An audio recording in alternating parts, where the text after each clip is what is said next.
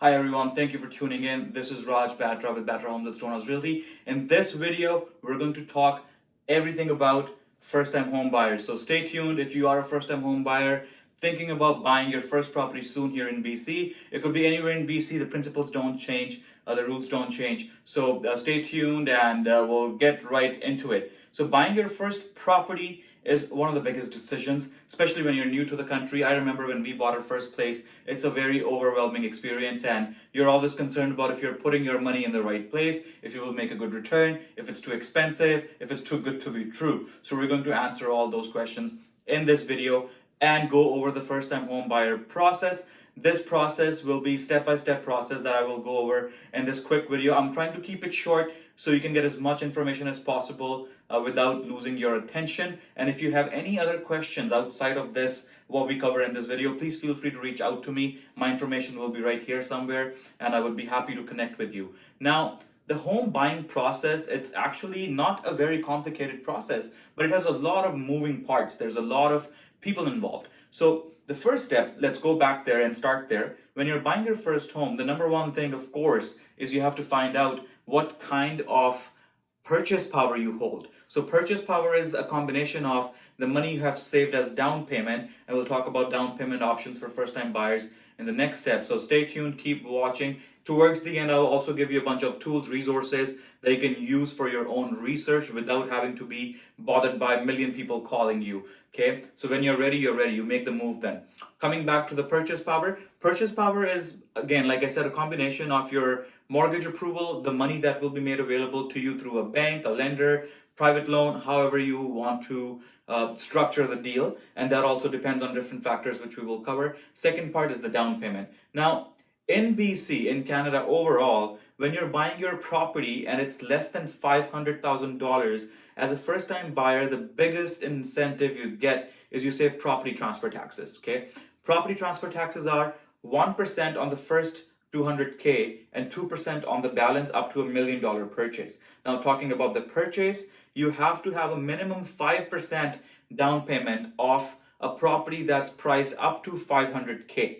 Anything that goes above 500K and up to $1 million, the purchase price minimum down payment guidelines, 5% on the first 500K and 10% on the balance. We'll take two examples here. First example, let's just say you're in the market and your purchase power is 500K. You have 50K down, 450 you're getting approved from the bank. You're looking to buy a condo, apartment, or a townhouse, which it depends on where you are as well, because prices vary from Vancouver to Chilliwack. You can buy a one-bedroom condo in Vancouver for 500K, and you can buy a detached home in Chilliwack for about 500-600K. Things have changed quite a bit though, but these stats are figuratively an idea of how the market changes as you move away from Vancouver and towards the Fraser Valley. Even though the whole patch is very busy, the market is still a seller's market. We are in the month of May 2021. There is a balance coming though, but yes, numbers are crazy. We'll cover that in a different video. Okay, coming back to the purchase power, if your property price now is, second example, let's just say is 700K, for example, of hypothetical example for this purpose of this video, then the down payment you will need minimum is 5% again on the first 500K, that's $25,000, and 10% on the balance this time. So the balance of $200,000, you will have to incur $20,000 as a minimum down payment to purchase a home that's up to 700K. Now that's 20 plus 25, 45K, and you need property transfer taxes on top. So now that we are speaking about this, let's just talk about this first and then we can follow the process. What closing costs are associated with buying your property? Number one, closing cost is property transfer taxes. Like I said, if the property purchase price is up to 500K and you're a first-time buyer, you've never owned a principal residence, then you do qualify for that exemption. When you sit down with the lawyers and the notaries, they can get that exemption for you, which is about $8,000 to $10,000 in savings. Okay, if you're not a first-time home buyer, this does not apply to you. Now, second closing cost that you will incur is most likely an inspection if you're getting into a resale. So a resale is you purchasing a property that has been lived in before. It could be a year old, 2 years old. It's considered a resale if you're buying it from a different owner. If you're buying it directly from the developer, it's considered as a pre-sale, pre-construction pre-sale. You can call it anything. So it's two categories, right? And now for these two categories, there's more incentives. There's a program by Canada Mortgage Housing Corporation, which is a shared equity plan.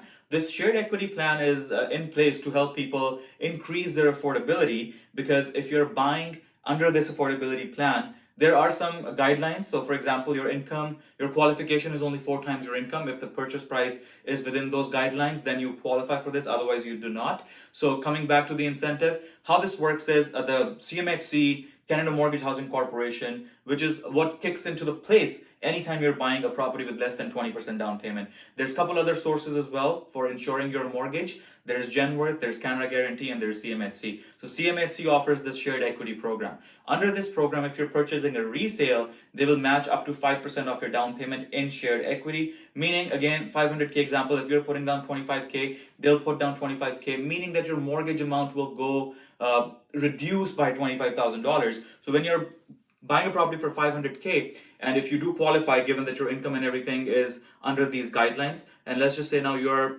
purchasing 500K, you're putting down 25,000, the balance is 475 that you need to borrow. But with the CMHC program, if it kicks in and if you do qualify, you get 25K from there. So then you only carry a mortgage of 450K. Towards the end of the term of your mortgage, which is amortized for 25, 30 years usually, or when you sell, this is when you give this money back to them in shared equity. So if your property price has gone from 500K to 600K, now 5% of 600K is 30K is what you will owe them back. Okay, so hope that helps. So on to the process, you have gotten your pre-approval, you know how much of a home you can afford, you have figured out your finances, you know your closing costs, now you're ready to go in.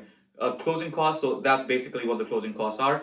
Then there's another one, legal fee. So that's number 3.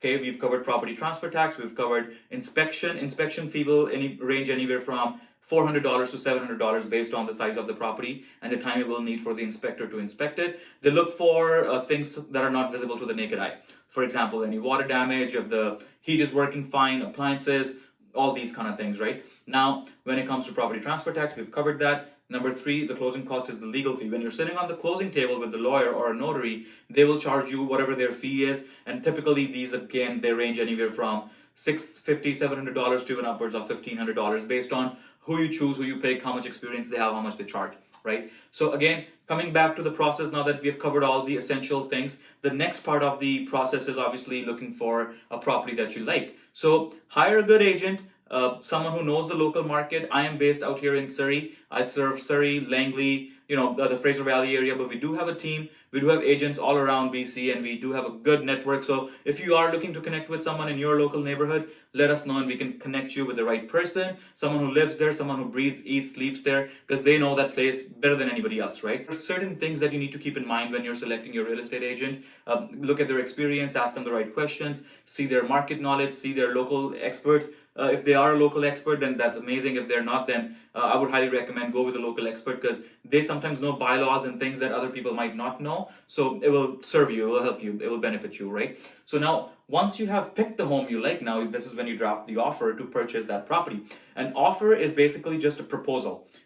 Once the offer is accepted, then you work on the subject removal. Subject removal is nothing more than, again, terms and conditions, right? You should put standard subjects like subject to financing, subject to inspection, subject to strata documents, subject to getting your property insurance, fire insurance, things like that. And insurance certificates are very crucial right now, where all the stratas have these strata fees that are going up the roof. It's majorly because of the claims that the building or the strata has made with their previous insurance companies, and now they're not getting insurance anymore. So look into that. Strata properties are always tricky, so please make sure that you study all the documents before you make any commitments or the deal becomes firm. So this is typically the process.